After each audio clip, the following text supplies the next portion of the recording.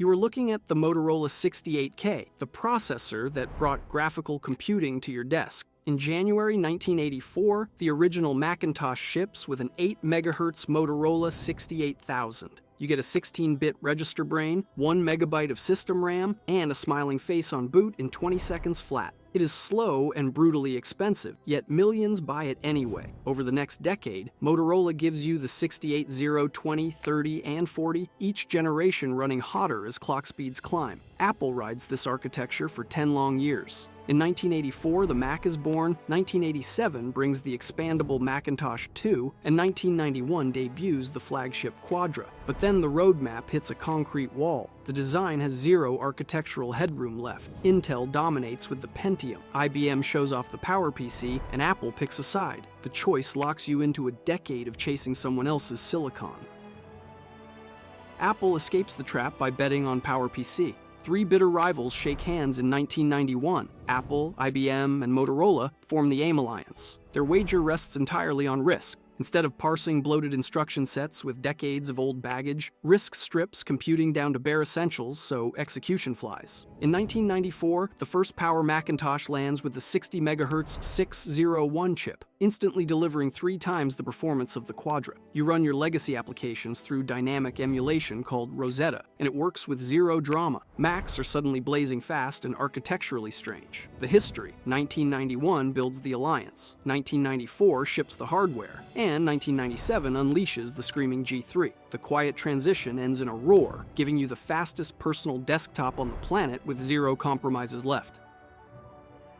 Next come the G3, G4, and G5, turning clock frequencies into a blood sport. In 1999, the G4 introduces AltiVec vector processing, doubling arithmetic throughput and making the Power Mac the fastest workstation in existence. Then, IBM unleashes the G5, a 64-bit desktop monster running at a blistering 3 GHz. But the thermal physics are brutal. The case turns into a colossal tower, packing screaming fans and heavy liquid cooling radiators to keep temperatures from melting boards. And the laptop version? It never happens. The G5 runs far too hot to ever survive inside a portable chassis. Steve Jobs admits the dream is dead on stage. The history: 1997 starts the G3, 1999 brings AltiVec, and 2003 caps out the G5.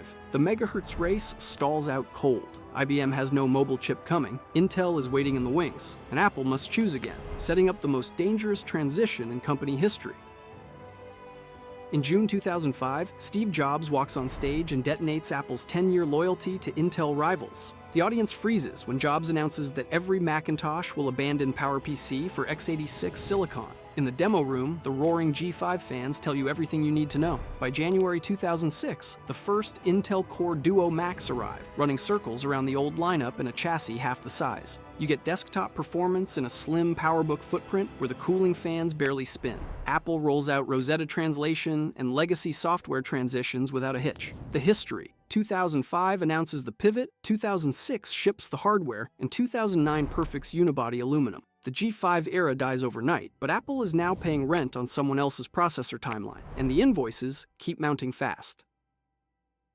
The Intel decade sparks the ultra-portable laptop revolution. In 2008, Steve Jobs pulls the original MacBook Air from a paper envelope, and the sleek aluminum wedge rewrites industrial design. With no optical drive and a custom Core 2 Duo chip, it makes thick PC notebooks look like heavy bricks. Apple rides Intel's architecture for 14 consecutive years. But the relationship slowly turns sour. Thermal throttling chokes performance, laptops scorch your lap, and the trash can Mac Pro sits forgotten for 6 years. Meanwhile, Apple is secretly designing custom A-series silicon for the iPhone. Almost nobody connects the dots in 2010, but the groundwork is already laid. The history: 2008 brings the Air, 2012 debuts the Retina MacBook Pro, and 2020 reaches the end of the line. The Mac comes home to processors designed inside Apple's own laboratories, changing personal computing forever.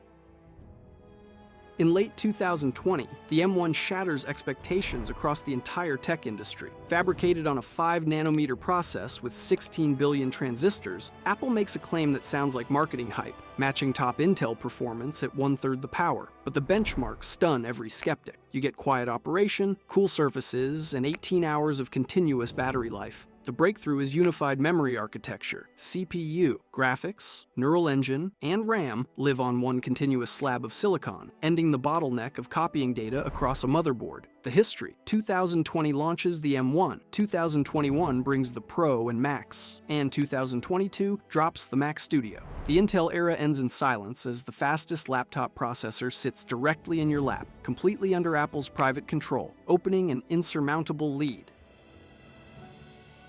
With the M2 and M3, Apple turns its initial revolution into an annual release cycle. The redesigned MacBook Air arrives thinner, lighter, and brings MagSafe back from the dead. The M2 delivers extra CPU cores, massive memory bandwidth, and an upgraded GPU that matches discrete silicon. Then, in 2023, the M3 becomes the world's first consumer chip on a 3-nanometer node. It introduces dedicated hardware ray tracing, an accelerated neural engine, and enables high-end gaming on Mac OS for the very first time. It is not just raw peak speed, but the most well-rounded architecture on the market. The history: 2022 brings the M2, 2023 unlocks 3 nanometers, and 2024 finishes the Pro and Max tiers. The new rhythm is established. Apple upgrades the silicon, and every Mac model naturally follows along, leaving the competition scrambling. That brings you to the M4, the current pinnacle of custom computing. Apple debuts this monster inside an iPad Pro that is thinner than a graphite pencil before scaling it into the MacBook Pro workstation line. The silicon packs 28 billion transistors and an AI engine executing 38 trillion operations per second. With refined second-generation ray tracing and extreme thermal efficiency, it delivers more compute per watt than any laptop processor on Earth. 4 decades and 4 architecture upheavals have led to this moment. The history: 2024 introduces the M4 iPad. Pro desktop chips follow immediately, and next-generation designs are already running in secret labs. Apple spent 40 years testing other companies' silicon, only to end up creating the undisputed standard of the modern computing world. 40 years, 4 radical architectures, 1 private obsession. You are watching the only computer maker that rewrote its silicon engine 4 separate times.